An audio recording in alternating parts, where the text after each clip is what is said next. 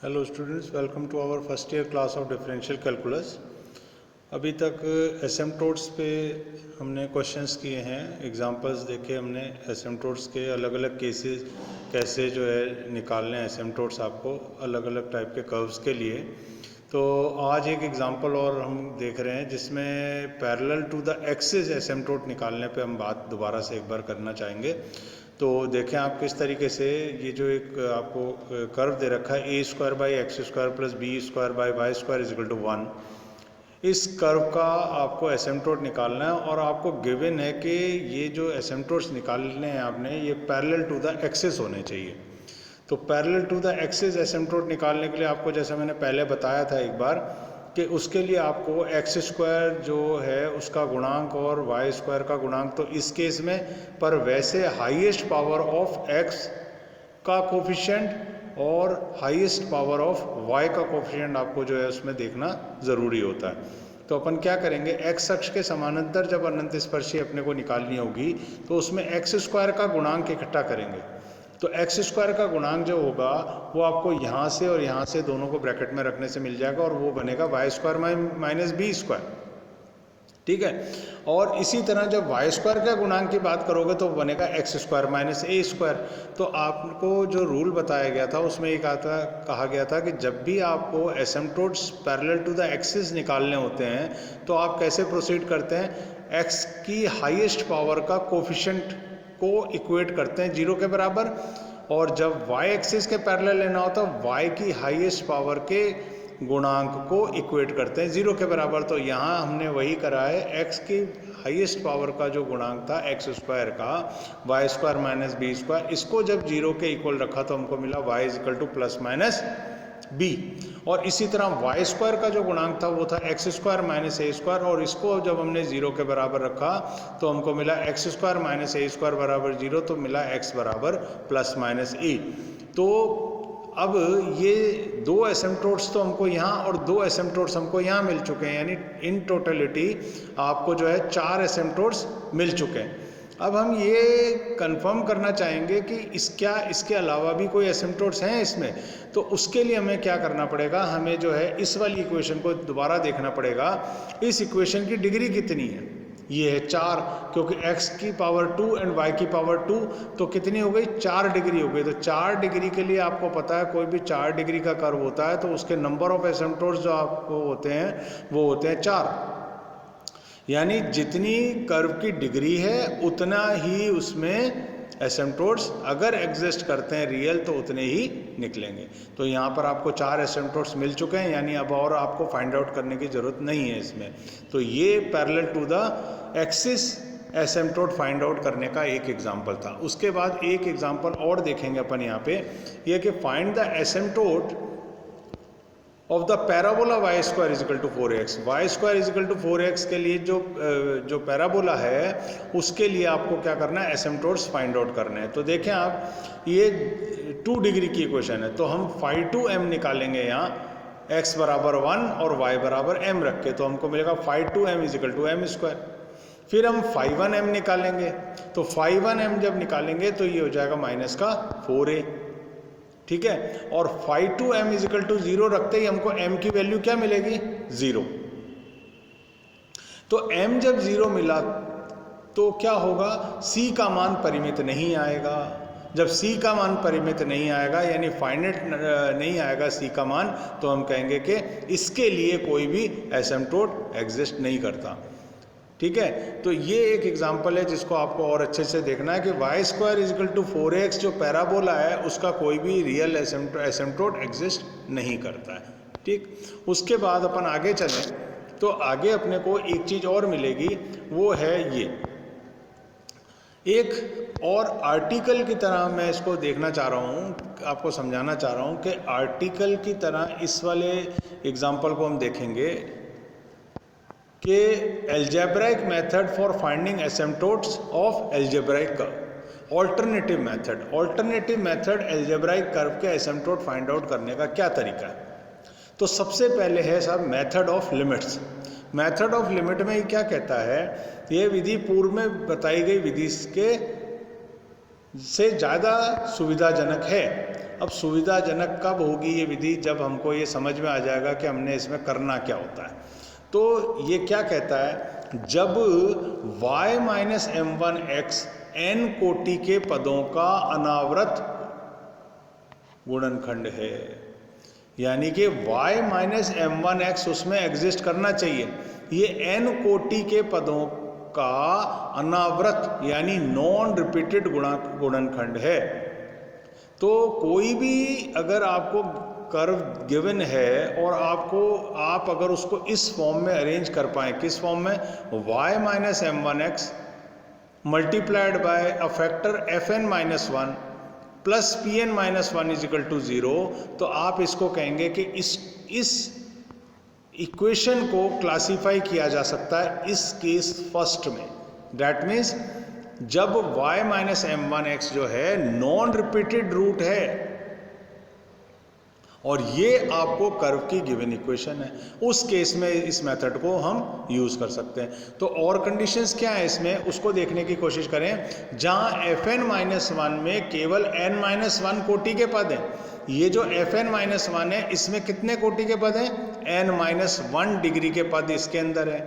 एक डिग्री यहाँ मिल गई, तो टोटल मिला के कितनी डिग्री हो गई इसकी, n। और पी एन माइनस वन क्या है, शेष सभी पद जिनको क्या कर सकते हैं, कोटि, जिनकी कोटि n माइनस वन है। तो समझने की बात यहाँ पर ये निकल करके आई कि y minus m one x की कोटि तो हो गई 1 और एफ एन माइनस वन की कोटि हो गई n माइनस वन, तो इन दोनों की कोटि मिला करके तो आपके पास आ गई कितनी, n। और इसके साथ एक और फैक्टर पड़ा हुआ है, इसके अंदर सभी पद हैं जो मिला करके ज़्यादा से ज़्यादा जिनकी कोटि कितनी आती है, n माइनस वन। तो ये जो फॉर्मेट बना वो फॉर्मेट इस तरह का बना कि फर्स्ट चीज़ तो ये होनी चाहिए कि y minus m one x type का इसके अंदर एक गुणनखंड हो और साथ में n माइनस वन कोटि के इसमें पद पड़े हुए हों, तो टोटल मिलाकर के फर्स्ट वाली इतने टुकड़े की डिग्री जो बन जाती है वो बन जाए n, और साथ में अदर फैक्टर्स जितने भी पड़े हैं वो n माइनस वन डिग्री के से ज़्यादा के ना हों। ठीक है, तो ऐसा होने के बाद क्या होता है, इसमें ये जो नीचे लिखा है ये वही सब चीज़ मैंने जो बोली है वही लिखा हुआ है। अब क्या होता है, स्पष्ट है कि समीकरण फाई एन एम बराबर 0 का एक मूल m1 है। तो हम क्या करते हैं, पहले जब हमने एसिम्पटोट फाइंड y बराबर m और x बराबर 1, तो m minus one, m minus m one is equal to 0 मिलेगा इससे। तो क्या हो जाएगा, m is equal to m one, यानी m1 एक गुणनखंड है किसका, इस समीकरण का। ठीक है, तो जब m1 गुणनखंड हो जाएगा और y माइन अतः एक अनंत स्पर्शी y बराबर m1 x प्लस c होगी बशर्ते c परिमित है। तो हम यही तो करते हैं, क्या करते हैं, हम गुणनखंड करते हैं फाई एन एम बराबर 0 के और उससे मूल निकालते हैं, वो मूल आ गया हमारे पास m1, और y बराबर m1, y बराबर mx प्लस c के अंदर m का मान हमने क्या रख दिया, m1 रख दिया, और ये कंडीशन और डाल दी कि c शुड बी फाइनाइट। जब c फाइनाइट है तो क्या होगा, y बराबर m1 x प्लस c जो है एक अनंत स्पर्शी बन जाएगी, किसकी, दिए हुए इस कर्व की बन जाएगी। अब आप जानते हैं कि c बराबर limit x tending to infinity y minus m one x होता है। c की वैल्यू यही होती है ना, जहाँ एक्स वाई वक्र की अनंत शाखा पर स्थित है। किंतु जब एक्स वाई वक्र एक पर स्थित है उस केस में क्या होगा साहब, उस केस में होगा y minus m one x is equal to p n minus p n minus one f n minus one. यानी इस वाली इक्वेशन को हमने क्या लिखा, y minus m one x तो यहीं छोड़ लिया और माइनस का पी एन माइनस वन बना के वहाँ ले गए और एफ एन माइनस वन हमने क्या करा, इसके नीचे उतार दिया। अब c के लिए आपको पता है क्या करना होता है, c के लिए हमको लिमिट लेनी होती है। तो c निकालेंगे जब, तो दोनों साइड लिमिट ले ली as x tending towards infinity, तो एक चीज ये आ गई आपके पास और एक ही आ गई। ठीक है, जो limit x tending to y by x is equal to m one x के प्रयोग से प्राप्त होती है, ये लिमिट कैसे प्राप्त होगी आपको, कि limit x tending to y upon x is equal to m one x, इससे प्राप्त होती है। ठीक है, ये क्या है, ये वाली चीज क्या है, ये अगर इसमें से m1 कॉमन लें तो y upon x is equal to m1x से प्राप्त होती है। ठीक है, अब क्या हुआ, अब आगे चले तो हमको ये मिला कि यहां पर इसको देखें, अतः खंड y माइनस m1x के संगत अनंत स्पर्शी क्या होगी, y limit y minus m1x is equal to limit pn minus one upon fn minus one, यानी इसको दोबारा अपन क्या किया, यहां लिया है।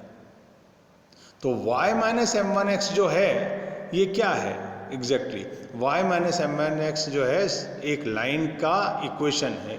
तो ये जो आपको मिला y, अतः खंड y माइनस m1x, कौन सा खंड, ये वाला, ये y माइनस m1x के संगत अनंत स्पर्शी जो होगी वो क्या होगी, limit x tending to y by x निकालें इज इक्वल टू m1x,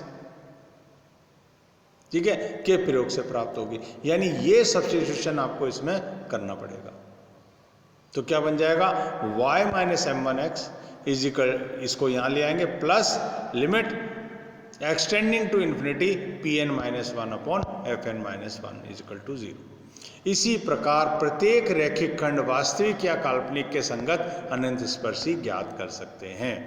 तो अब इसको यूज करते हुए, किसको यूज करते हुए, जो y माइनस m1x फैक्टर था इसको आप यूज करते हुए क्या कर सकते हैं, हर खंड, जैसे ये y माइनस m1x है, अगर इसके साथ एक फैक्टर और लगा होता, कौन सा, y माइनस m2x अगर होता तो उसके संगत भी हम इसी प्रकार से अनंत स्पर्शी ज्ञात कर सकते थे।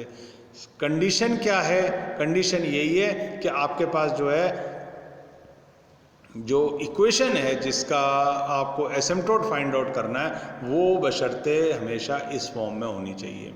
ये सब्स्टिट्यूशन के प्रयोग से प्राप्त होती है, इसको एक तो ध्यान में रखना है, और एक आपको सीधा सीधा आगे आकर के क्या करना है, इसमें यहाँ पर आ जाना है, ये करना y minus m1x plus limit x tending to infinity pn minus one upon fn minus one is equal to 0।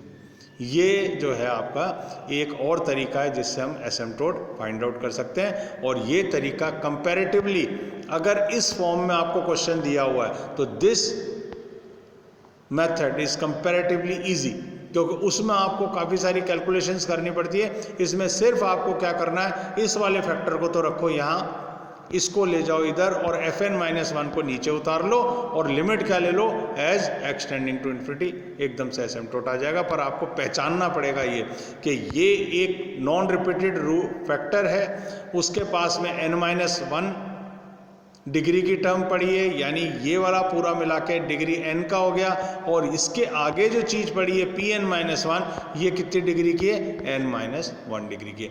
अगर इस फॉर्मेट में कोई क्वेश्चन आता है, इस तरीके का कोई क्वेश्चन होता है, तो ये मेथड जो है आपके लिए बहुत फ्रूटफुल और इजी होता है।